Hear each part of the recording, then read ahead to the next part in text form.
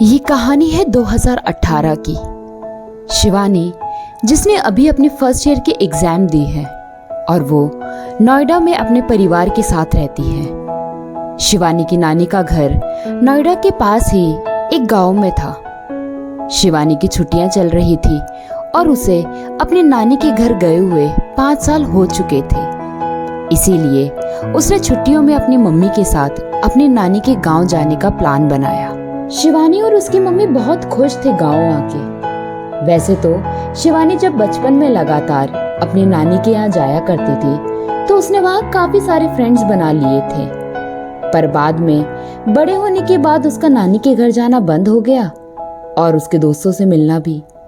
एक दिन जब शिवानी अपनी मम्मी और नानी के साथ छत पे बैठी थी तो उसे दूसरी छत से एक जोर से आवाज आती है जो उसका नाम पुकारती है, शिवानी। शिवानी पलट के देखती है और उसे पलक दिखाई देती है। पलक को देख के शिवानी की आंखों में चमक आ जाती है क्योंकि पलक शिवानी की बचपन की दोस्त है। उसे देख के शिवानी की नानी उससे कहती है, जा मिल ले अपनी बचपन की दोस्त से। शिवानी दौड़ के छत से नीचे जाती है और पलक के घर की ओर भागती है और जैसे ही वो पलक के घर पहुंचती है वो देखती है कि वहां पलक के साथ रिया, शालिनी और ममता भी बैठी है। इन सबको एक साथ देख के शिवानी बहुत खुश हो जाती है क्योंकि वो सब उसके बचपन की सहेलियां थी और आज वो सबसे काफी सालों बाद मिल रही है। अपने बचपन की सहेलियों से मिलने के बाद शिवानी अपना ज्यादातर टाइम उनके साथ बैठ के बातें करने में, गांव घूमने में और खेलने में बिता देती थी। एक दिन जब शिवानी अपनी चारों सहेलियों के साथ गांव की गलियों से गुजर रही थी तो शिवानी ने थोड़ी दूर पे एक टूटा भयानक सा दिखने वाला मकान देखा और उसने पलक से पूछा, पलक ये किसका घर है? पलक उसे जवाब देते हुए कहती है, शिवानी गांव के लोग कहते हैं कि वहाँ कोई बूढ़ी औरत की आत्मा रहती है और कोई भी गांव वाला वहाँ से गुजरता है तो वो उसे मार देती है। शिवानी को पलक की बात पे यकीन नहीं होता और फिर वो सब वहाँ से अपने अपने घर चली जाती हैं। घर आने के बाद पूरी रात शिवानी के दिमाग में सिर्फ वो घर और पलक की बातें चल रही थी।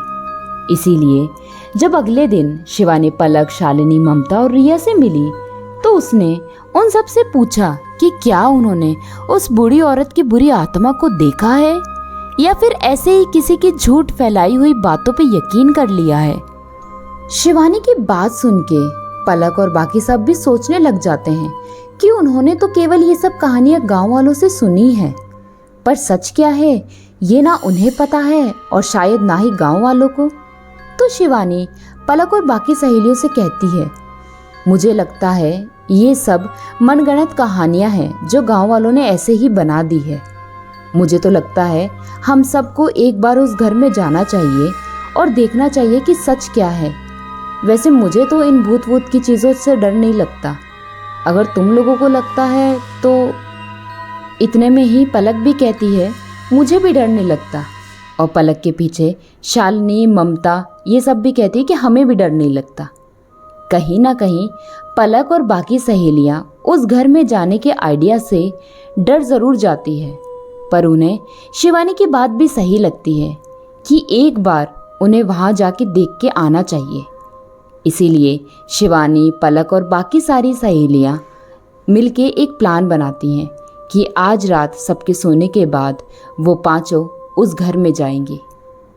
गांव में वैसे भी लोग 9 बजे सो जाते हैं तो करीबन 9:30 बजे शिवानी, पलक, शालिनी, ममता और रिया चुपके से अपने घर से निकल के एक साथ उस घर की ओर बढ़ने लग जाती हैं। हालांकि डर उस वक्त सबके मन में था पर हिम्मत भी थी।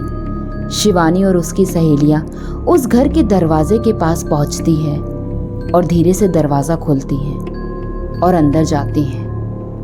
सबने अपने हाथ में एक एक टॉर्च ली हुई है और वो पांचों धीरे धीरे अंदर जाती हैं और पूरे घर को तलाशती हैं, पर उन्हें वहाँ कोई नहीं मिलता और ना ही कुछ महसूस होता है। तभी अचानक सबकी टॉर्च बंद हो जाती है। सब डर जाती हैं और एक दूसरे का हाथ कस के पकड़ लेती हैं। हवाएं भी अपना रुख मोड़ लेती हैं। अचानक कुत्ते के भौंकने की जोर जोर से आवाज सुनाई देने लग जाती है। ये सब सुन और देख के सब डर जाती हैं। पलक डरते हुए शिवानी से कहती है, शिवानी हमें यहाँ नहीं आना चाहिए था, चलो इसी वक्त यहाँ से। शिवानी को भी बेचैनी महसूस होने लग जाती है और वो घोर अंधेरे में सब एक दूसरे का हाथ पकड़े हुए दरवाजे के पास जा रही थी। सबसे पहले रिया थी, फिर ममता, शालिनी, फिर शिवानी और आखिरी में पलक। कुछ कदम चल के रिया, शालिनी, ममता और शिवानी तो दरवाजे के बाहर कदम रख लिया था, पर जैसे ही शिवानी ने पलक का हाथ पकड़ के उसे दरवाजे से बाहर निकाल रही थी, इतने में ही दरवाज़ा झट से बंद हो जाता है।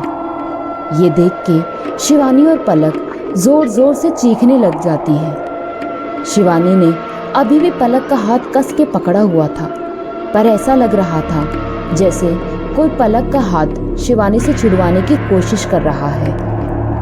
पलक जोर जोर से चीखने लग जाती है, शिवानी मुझे यहाँ से बाहर निकाल, शिवानी मुझे यहाँ से बाहर निकाल, शिवानी। रिया, शालिनी, ममता और शिवानी भी रोने लग गई थी और वो सब पलक का हाथ पकड़ के उसे निकालने की कोशिश कर रही थी कि इतने में ही शिवानी का हाथ पलक के हाथ से छूट जाता है और उस घर का दरवाज़ा बंद हो जाता है।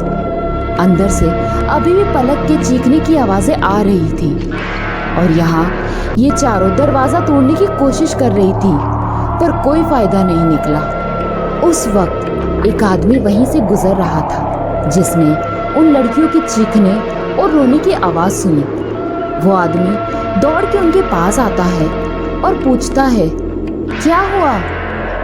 तो शिवानी उस आदमी को बताती है कि उनकी सहेली पलक अंदर बंद हो गई है। कोई है अंदर जिसने पलक को पकड़ा हुआ है।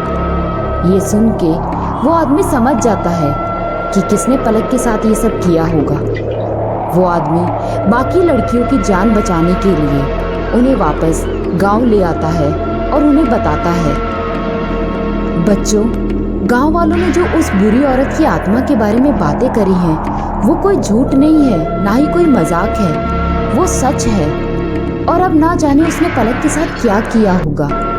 अगर हम वहाँ अभी गए तो वो हमारे साथ भी वही करेगी जो उसने पलक के साथ किया होगा। इसीलिए अभी तुम सब अपने अपने घर जाओ, सुबह देखते हैं। अगली सुबह वो आदमी और शिवानी के अलावा गांव के काफ़ी सारे लोग पलक को ढूंढने में लग जाते हैं। सब हिम्मत जुटा के उस घर में जाते हैं और जैसे ही वो अंदर घुसते हैं, वो सब देखते हैं कि ऊपर से खून टपक टपक के नीचे गिर रहा है।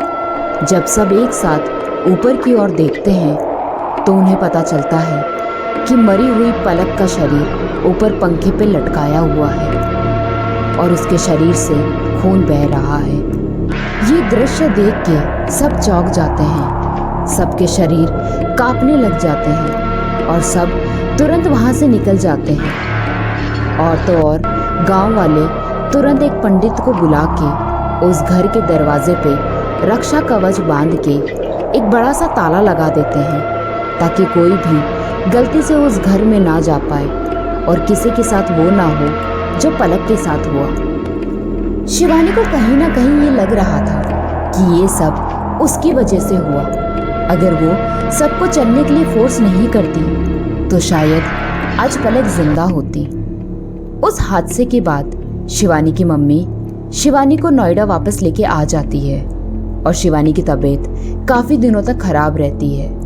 कई बार तो उसे पलक के चीखने की आवाज़ अपने सपने में सुनाई देती है। आज उस दुर्घटना को काफ़ी साल हो चुके हैं, पर फिर भी शिवानी आज भी अपनी नानी के यहाँ जाने के नाम से घबरा उठती है।